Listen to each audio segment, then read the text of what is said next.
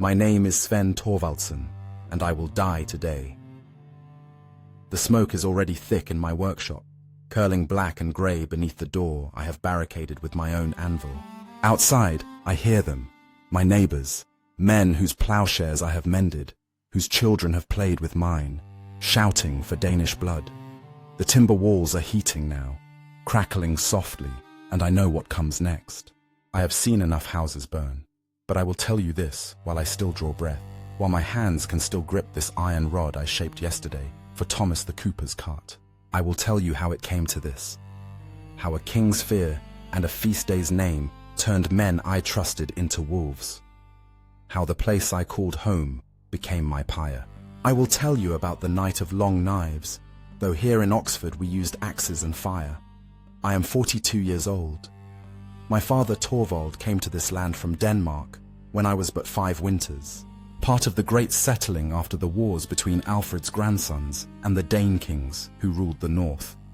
We came not as raiders, but as farmers, craftsmen, people seeking peace after generations of blood.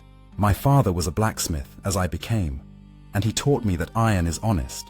It bends to the hammer or it breaks, but it does not lie. He taught me the English tongue alongside Danish. He taught me to pray to the Christian God for prosperity, taught me that this land could be ours if we worked it well and kept our heads low.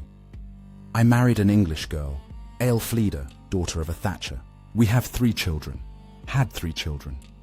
I speak of them as if they are already ghosts, and perhaps they are. They are in the house adjacent to this workshop, 20 paces away. I can hear Æthelred's voice through the walls, praying in English to St. Frideswide. My eldest, Gunnar, is 12, old enough to understand what is happening. The younger 2, Edith and little Torvald, are crying. I made them a promise once, years ago, that no harm would come to them in this place. I was a fool. I believed my own words.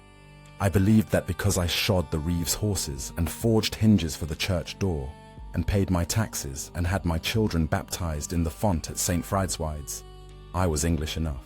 I believed the blood in my veins did not matter as much as the sweat on my brow. Today, on this 13th day of November, in the year of our Lord 1002, on the feast of St. Brice, I have learned the truth. Blood is everything. This morning began as any other November day. I rose before dawn, as smiths must, to stoke the forge. The charcoal was good, purchased from Harold, who burns it in the forest north of town. It caught quickly, glowing red-orange in the darkness. The first light was just touching the sky, that thin grey that comes before true dawn, and frost silvered the edges of my bellows. I could see my breath. I had work to do. 3 horseshoes promised to Edmund the farmer by week's end, a broken axe head to reforge, and a commission from the monastery for 6 iron brackets to hold their new manuscript stands. Honest work.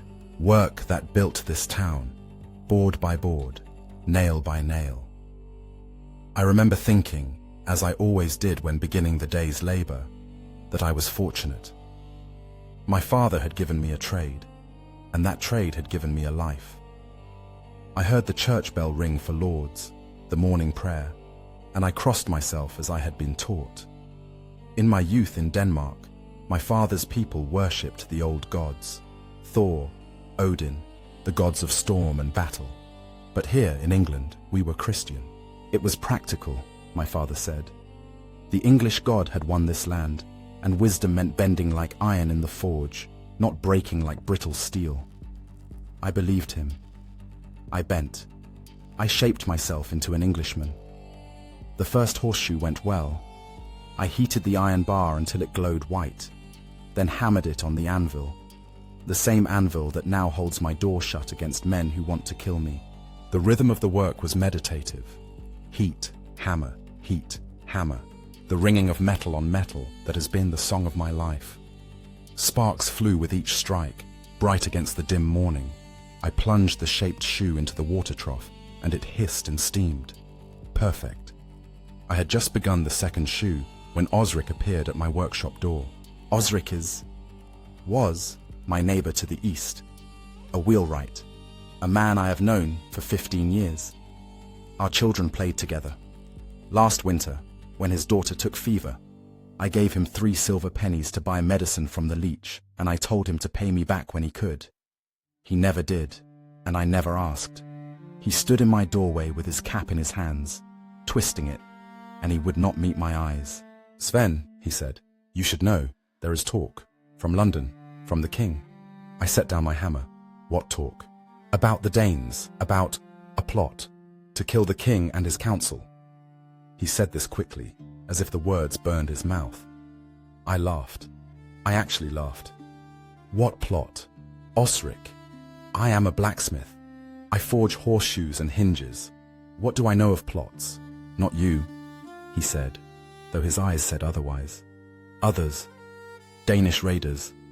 Mercenaries in the king's service. They say Palig the alderman has turned traitor, joined the raiders from the sea. They say the king has heard of a conspiracy. Danes here in England, settled among us, waiting to strike." The forge fire crackled behind me.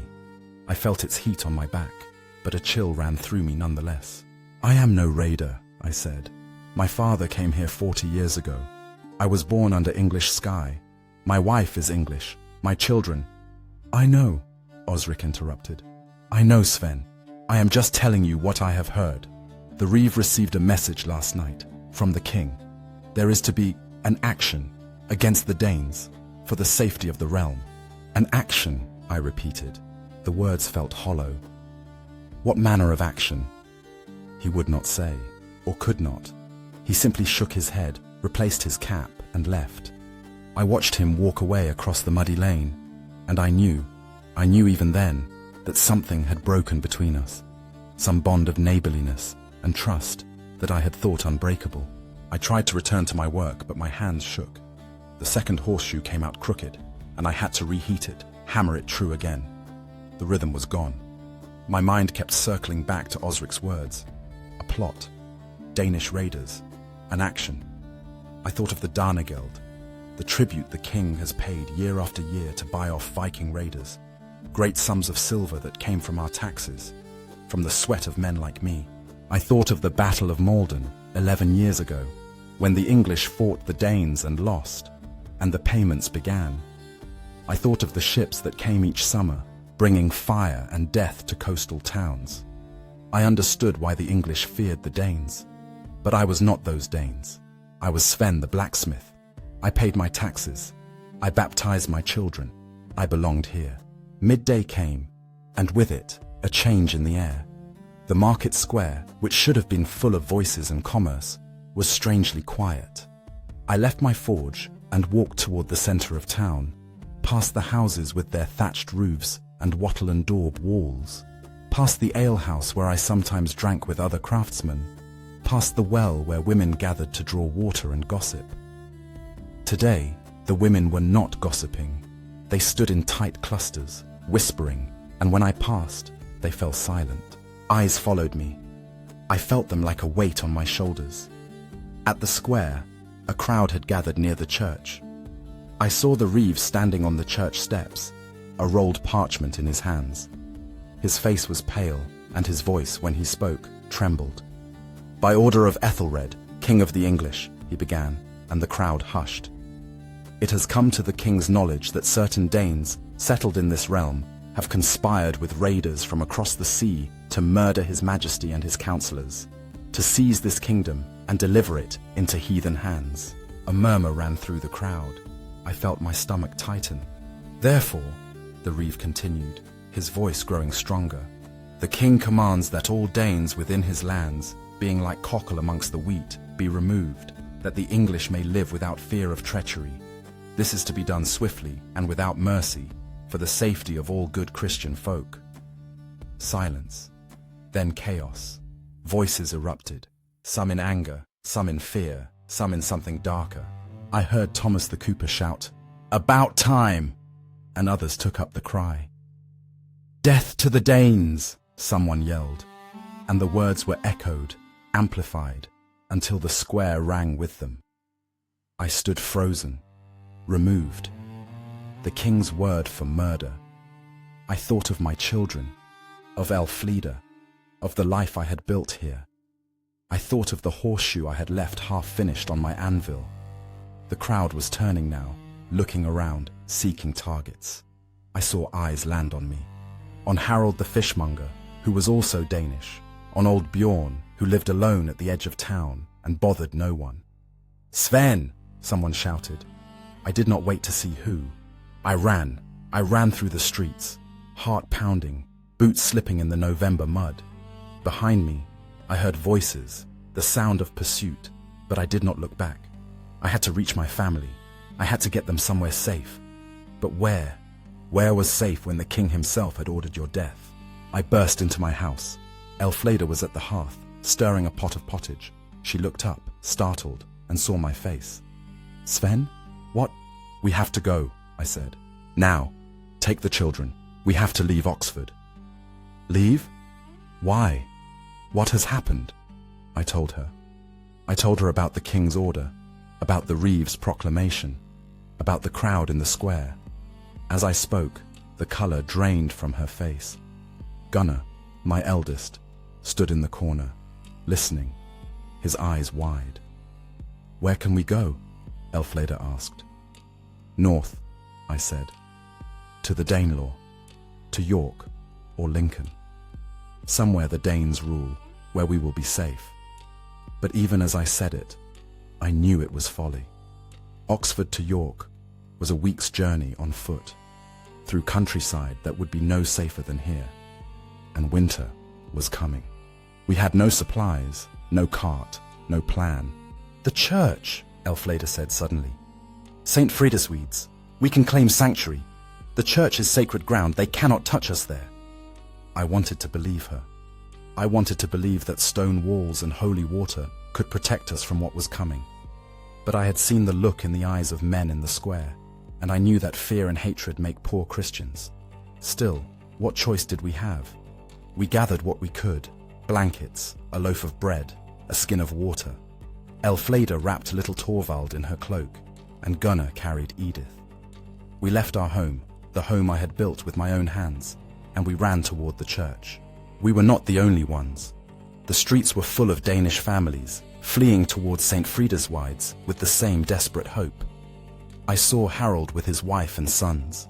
I saw Bjorn, moving as fast as his old legs could carry him. I saw faces I knew, people who had lived beside me for years, now united in terror. The church loomed ahead, its stone tower dark against the grey sky. The doors were open. We poured inside, dozens of us, and the air filled with the sound of weeping and prayer. The church smelled of incense and damp stone. Candles flickered on the altar. I found a spot near the wall and gathered my family close. Æthelred was praying, her lips moving silently. Gunnar held his little brother and sister, trying to be brave. I put my arm around them all and tried to think. Sanctuary. The word meant protection, a place where violence could not reach. But I could hear, even through the thick stone walls, the sounds of the town outside. Shouting, screaming, the crash of something breaking. And then, faint but unmistakable, the smell of smoke. Someone had set a fire. The church grew quieter as people realized what was happening outside. We huddled together in the dim light, listening. I thought of my father who had brought me to this land, believing it could be a home. I thought of the iron I had shaped, the shoes and hinges and tools that had built this town. I thought of all the ways I had tried to belong. Hours passed. The light through the high windows faded. Night came, and with it, the mob. I heard them first as a distant roar, like the sound of the sea, growing louder. Then voices, distinct and close. "Bring them out! Burn the Danish dogs! No sanctuary for traitors!" The priest, Father Aldrich, went to the door. I could see him silhouetted against the torchlight from outside. He raised his hands. "This is God's house," he shouted. "You cannot—" Something struck him. A stone, perhaps, or a stick. He fell back, and the mob surged forward. The doors burst open. Torches flooded the church with hellish light. Men poured in, men I knew, Osric, Thomas, Edmund, others whose faces I had seen every day of my life in Oxford. They carried axes and clubs and knives. They carried hate. "Out!" they screamed. "Out, you Danish filth!" People scattered, running for the back of the church, for the altar, anywhere. I grabbed my family and pulled them toward a side chapel, but there was nowhere to go. The mob was everywhere.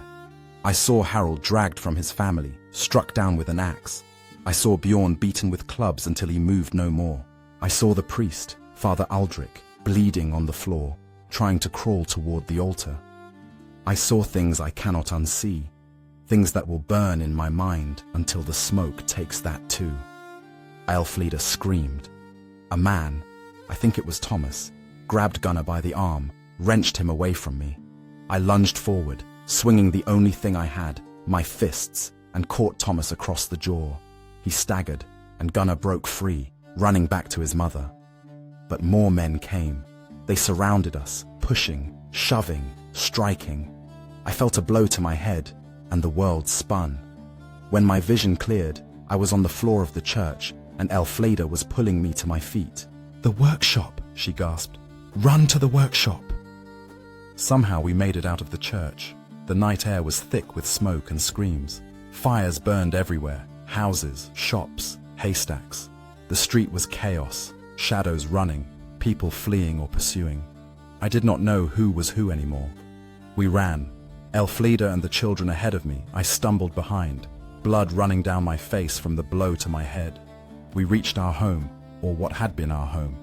The house was already burning, flames licking up the thatch. But the workshop beside it was still intact, stone-walled, harder to burn. I pulled open the door and shoved my family inside. "Bar the door!" I shouted to Æthelred. "Do not open it for anyone." "Sven, no, bar the door."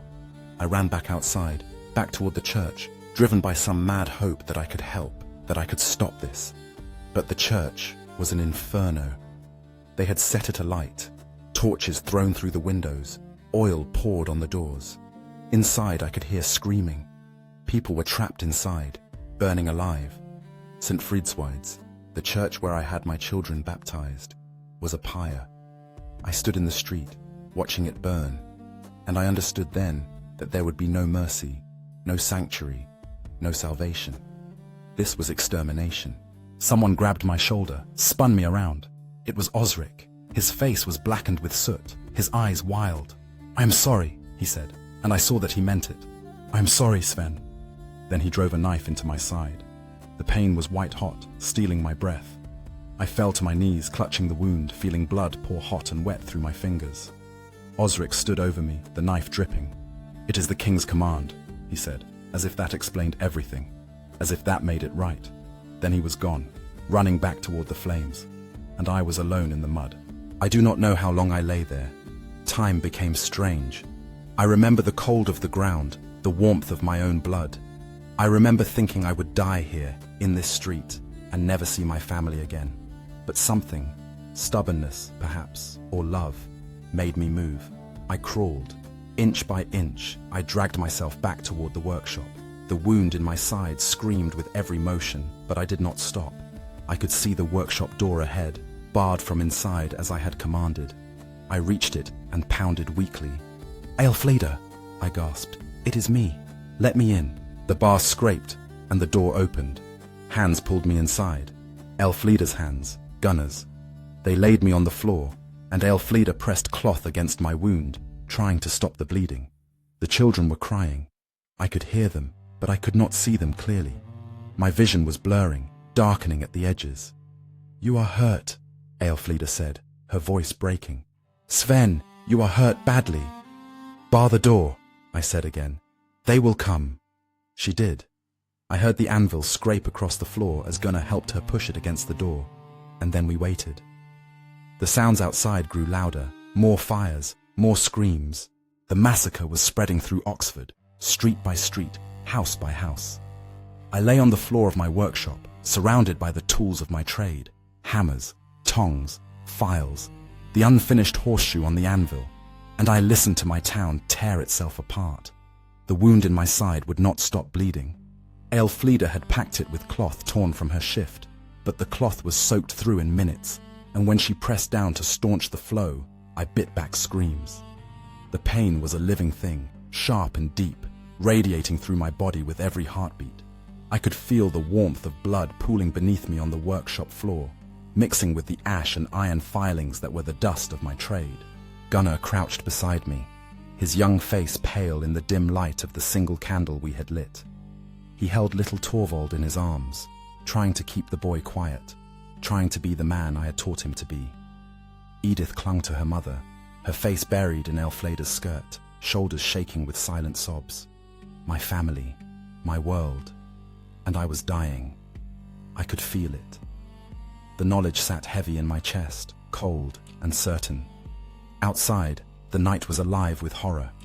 I could hear everything through the stone walls, the crackling of flames, the crash of timber falling, the screams of people who had been my neighbors, my friends. The smell of smoke was everywhere, seeping through every crack, thick and acrid. It stung my eyes and throat, made breathing hard even without the wound in my side. "They are burning everything," Æthelred whispered, her voice tight with fear. "The whole town is burning." I tried to sit up, but the pain drove me back down. "The workshop is stone," I managed. "It will not burn easily. We are safe here." But even as I said it, I knew it was a lie. Stone walls would not burn true, but the door was oak, and oak would burn well enough if they brought enough fire, and they would come. I knew they would come. The king had ordered the death of every Dane in England, and these men, my neighbors, men I had known for years, had proven tonight that they would obey that order without question, without mercy. I thought of Osric's face as he drove the knife into me. "I am sorry," he had said. "Sorry, but he did it anyway. Sorry, but the king's word was worth more than my life, more than 15 years of neighborliness, more than the silver I had lent him when his daughter was sick. Sorry meant nothing when weighed against fear and hate." "Father," Gunnar said quietly, "are we going to die?" The question hung in the smoky air. I looked at my son, at his serious grey eyes, my father's eyes, the eyes of the Danes who had sailed from the north to make a new life here. And I wanted to lie to him. I wanted to say no. We will be fine. This will pass. Tomorrow we will wake, and it will all have been a terrible dream.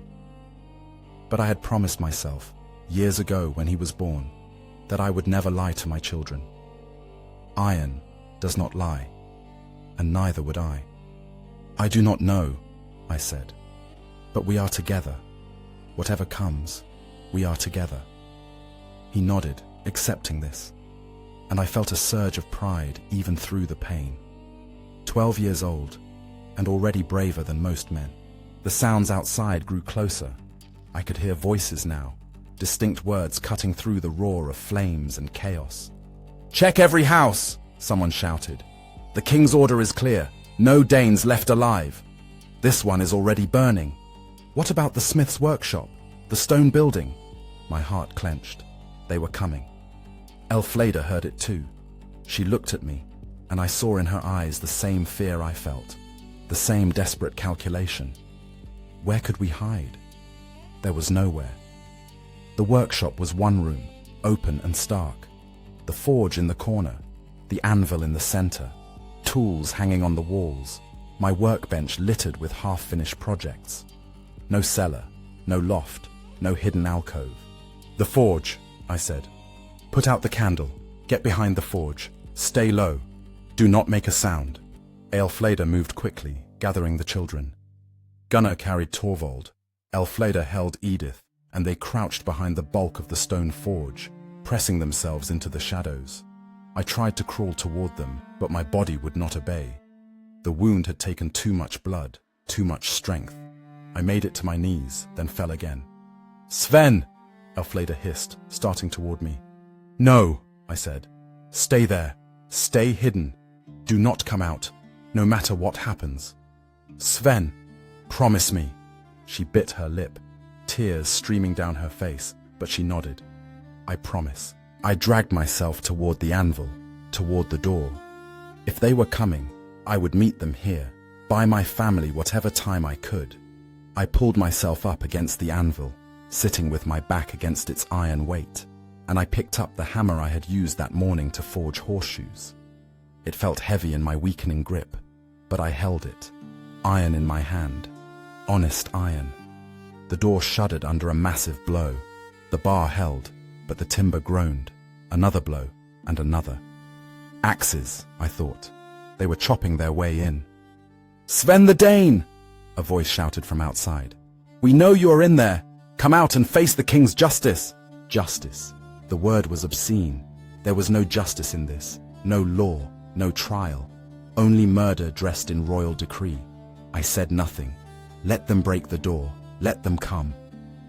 Another blow, and the timber splintered. I saw the axe blade bite through, saw it wrenched free, saw torchlight through the gap. More blows, faster now, and the door was coming apart. The bar, the anvil I had pushed against it, they were not enough. The door burst inward with a crash of splintering wood and shrieking iron. Men poured through, 5 or 6 of them, carrying torches and weapons. The firelight threw wild shadows on the walls, made demons of men I recognized. Edmund the farmer, whose horseshoes I had forged this very morning. Thomas the cooper, who had grabbed my son in the church. A young man I did not know, his face twisted with excitement and fear. And others, a blur of faces in the smoke and flame. They saw me sitting against the anvil, blood-soaked and clutching my hammer, and they stopped. For a moment, we stared at each other across the wreckage of my door. "Sven," Edmund said, and his voice was almost gentle. "It does not have to be this way. Just come quietly. Make it quick." "Quick," I repeated. My voice was hoarse, ruined by smoke and pain. "Like you made it quick for Harold? For Bjorn? For the people burning in the church?" "They were Danes," Thomas said flatly. "Traitors. You are all traitors." "I am a blacksmith," I said. "I forge your horseshoes. I mend your tools. I have lived here 40 years. My children were born here. We are English as much as you." "You are Danish," Edmund said, shaking his head. "Your blood is Danish. The king says you cannot be trusted, and the king is right. You would have turned on us eventually. Better to root you out now." I laughed then, a bitter, broken sound. "Root us out. Like cockle amongst the wheat." Those were the king's words, were they not? As if we were weeds, as if we were not men. "You are not men," the young one said, stepping forward with his torch. "You are heathens, invaders. My grandfather died fighting Danes at Malden. You think I should forget that? You think we should let you live among us, plotting and waiting?" "I never plotted anything," I said. "I made horseshoes." "Lies," Thomas spat. "All Danes lie. The king knows. He has proof. Palig the traitor, Gunhilda the witch. They were plotting to kill him, to kill us all. You were part of it." "I do not even know who Palig is," I shouted, and the effort sent fresh agony through my side. "I do not know Gunhilda. I know you, Thomas. I know Edmund. I have lived beside you for years. Does that mean nothing?" Silence. Edmund looked down. Thomas's jaw tightened. The young one glanced between them, uncertain. For a moment, a single, fragile moment, I thought reason might prevail. Then I heard it. From behind the forge, a small sound. A whimper. Little Torvald, frightened and crying despite Gunnar's attempts to soothe him. The men heard it too. Their heads snapped toward the sound. "Who else is here?" Thomas demanded. I tightened my grip on the hammer. "No one." "Liar!" He strode toward the forge, torch held high. Come out now." "Please," I said, trying to rise, failing. "Please, they are children. They are innocent." "No Dane is innocent," Thomas said, and he rounded the forge. I heard Æthelred scream, heard Gunnar shout, heard Edith and Torvald crying, and something inside me broke. I do not remember clearly what happened next. I think I tried to stand, tried to charge at Thomas with my hammer, but my legs would not hold me. I fell forward, crashed to the floor, and the world exploded in pain. When my vision cleared, Thomas was dragging Gunnar out from behind the forge. My son fought, kicking and clawing, but he was 12 years old and Thomas was a grown man.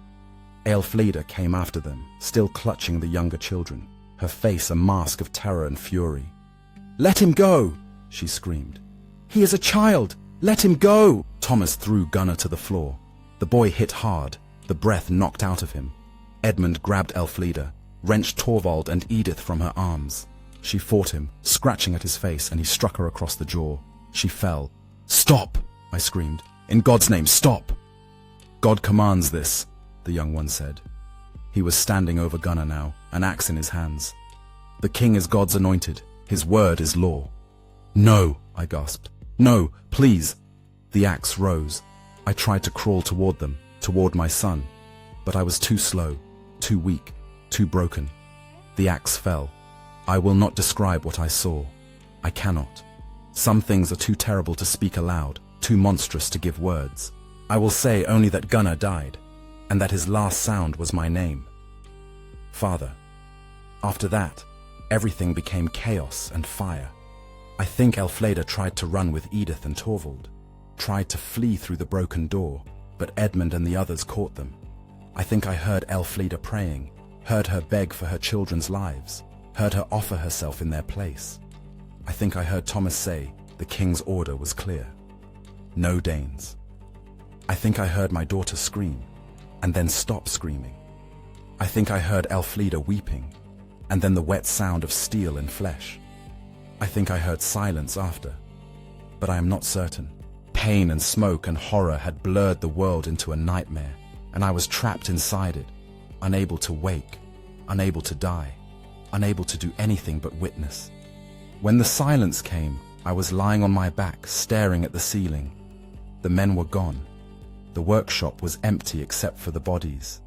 My family, all of them, dead. The mob had left me alive, perhaps thinking the wound in my side would finish me soon enough. Perhaps not caring. They had taken their axes and their torches and moved on to the next house, the next family, the next set of Danes to root out like weeds. I was alone. The wound in my side had stopped bleeding, but only because there was no more blood to give. I could not feel my legs. My hands were numb. My breathing came in shallow, rasping gasps. The smoke was thicker now, the fire from the burning houses spreading, creeping closer. I could hear the timber walls of my home next door collapsing, could see the glow through the workshop window, could feel the heat building. The stone walls would not burn, but the wooden roof would. The roof would catch, and the whole structure would become an oven, and I would bake inside it. I thought of crawling, of trying to drag myself outside, into the street, into the cold November air. But why? What waited for me out there? More fire, more death. The bodies of my neighbors, Danish and English alike, thrown into pits like refuse. A town that had murdered its own people on the word of a frightened king. No, I would stay here. I would stay with my family. I turned my head, slowly, painfully, and I looked at them. Æthelred, her golden hair matted with blood. Gunnar, my brave boy. Edith and little Torvald, who had not yet seen 6 winters. My children. I had promised them they would be safe. I had promised, and I had failed. The roof caught. I heard it. The sudden roar as the thatch ignited, the crackling rush of flame. Smoke poured down in black billows, and the heat became unbearable. I closed my eyes. I thought of my father, Torvald, who had brought me to this land. I thought of his calloused hands teaching mine to hold a hammer, his voice telling me that iron was honest. I thought of the first time I met Æthelred at the market, and how she had smiled at me despite my Danish name. I thought of Gunnar's birth, the weight of him in my arms, the fierce love that had seized my heart. I thought of all the horseshoes I had forged, all the tools I had mended, all the small good things I had made. I thought of the life I had built here, in Oxford, in England, the life I had believed was mine. It was a lie, all of it. The king had declared it so, and the people had obeyed. We were not English. We were not neighbors. We were not men. We were Danes. We were cockle. We were weeds to be burned away.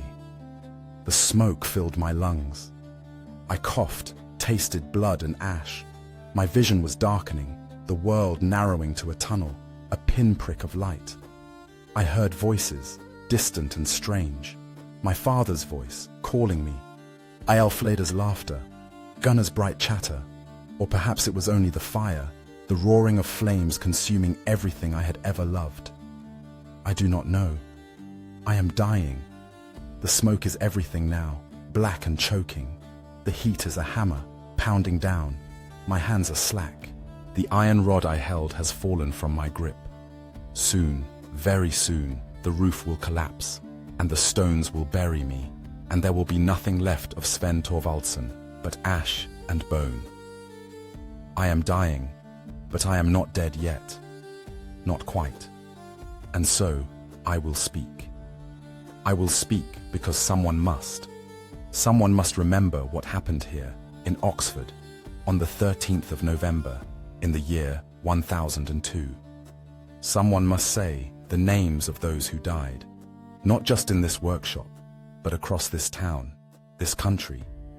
Someone must bear witness to the thing we have called justice and name it for what it truly is.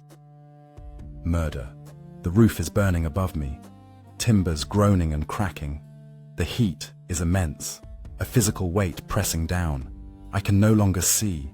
My eyes are swollen shut, seared by smoke and heat. But I can still feel, I can still think, and I can still remember. I remember this morning, when I rose in the dark and lit my forge. I remember the cold November air, the frost on the bellows, the simple pleasure of good charcoal catching fire. I remember thinking myself fortunate. I remember the horseshoe I forged, the clean ring of hammer on iron, the hiss of hot metal in water. I remember a time, just hours ago, when the world made sense. That world is gone. Æthelred, King of the English, they call him. Æthelred, the unready, the people whisper, for he is never prepared, never wise, never strong enough to face his enemies without resorting to treachery.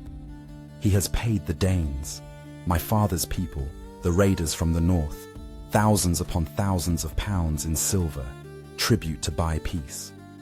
Danegeld, they call it. Danegeld, the price of weakness. And still the raids come, year after year, summer after summer. Ships on the horizon, fire and slaughter on the coasts, and the king's answer is always the same. Pay them to go away. But this year, something changed. This year, the king heard rumors, whispers of a plot, a conspiracy, Danish mercenaries in his own service, men like Palig the alderman, turning traitor, joining the raiders. Danes settled in England, men like me, like my father, waiting for a signal to rise up and slaughter the English in their beds. Whether these rumors were true or false, I do not know. I suspect even the king does not know. But he was afraid, and fear makes monsters of kings.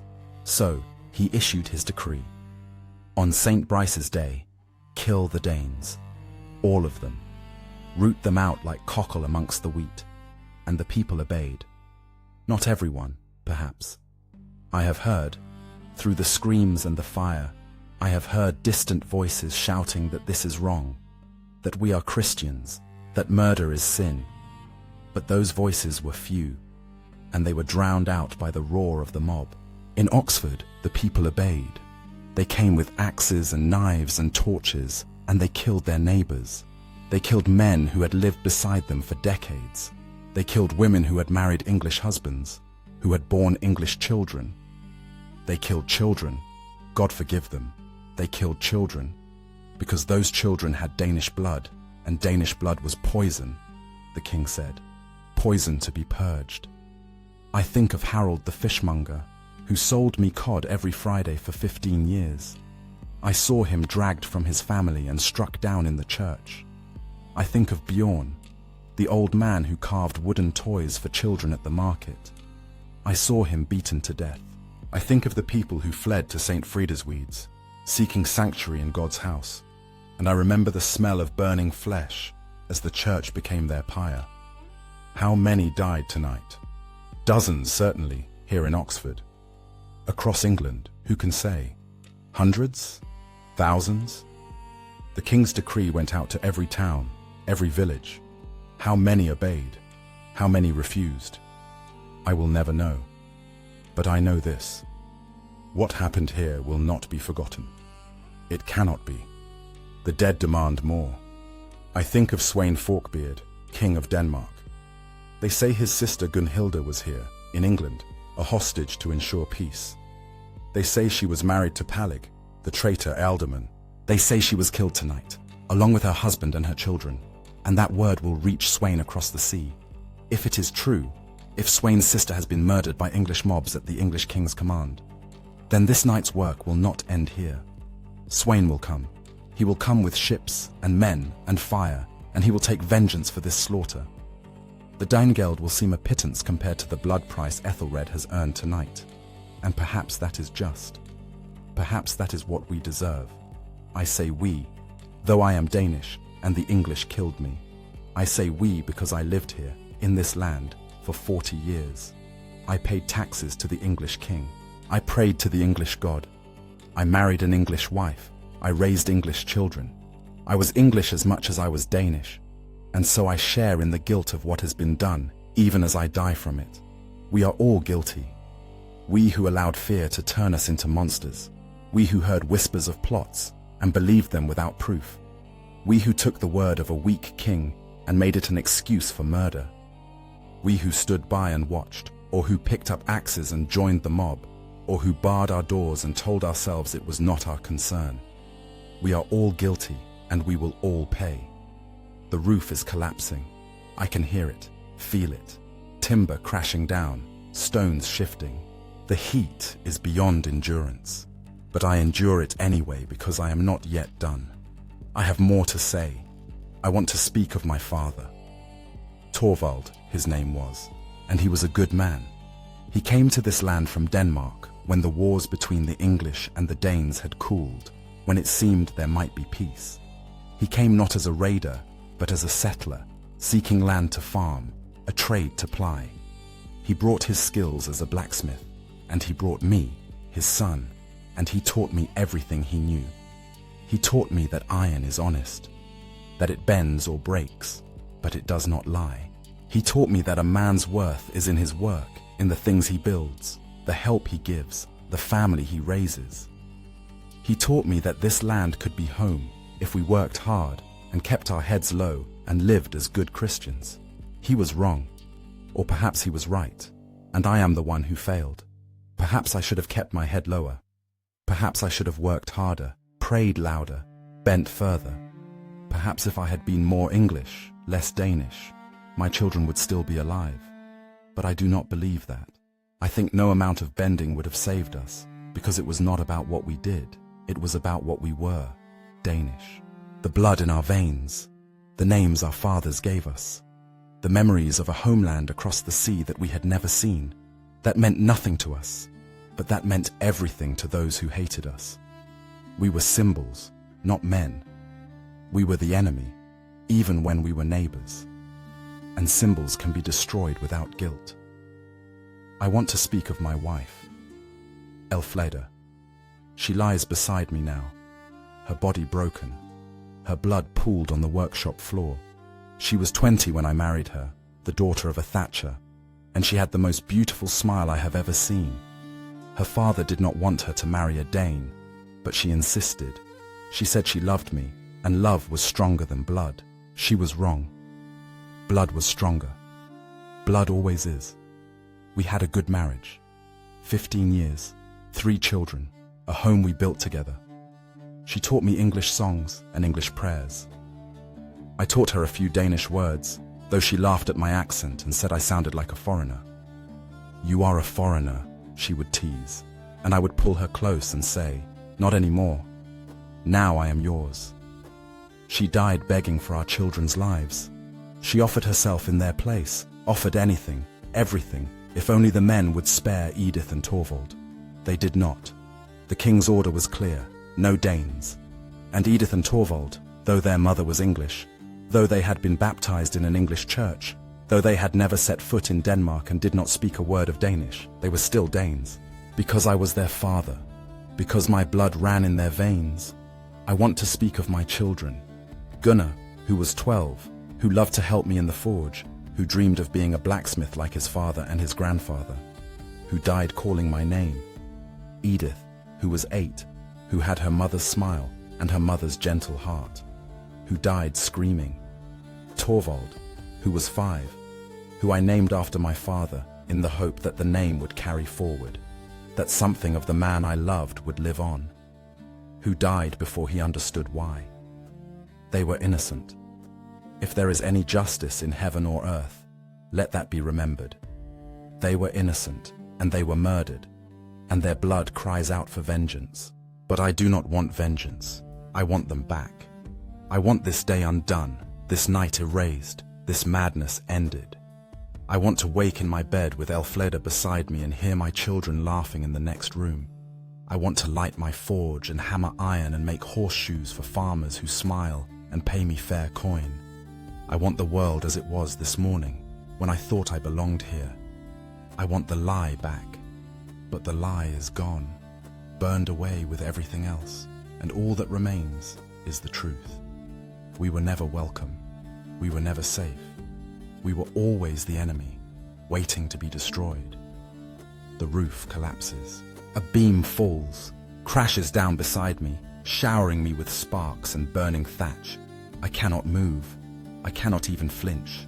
My body is done, but my mind still works, still turns, still grasps at the threads of thought that remain. I think of the future. I think of what will come after this night. Æthelred will issue a charter, perhaps, justifying his actions.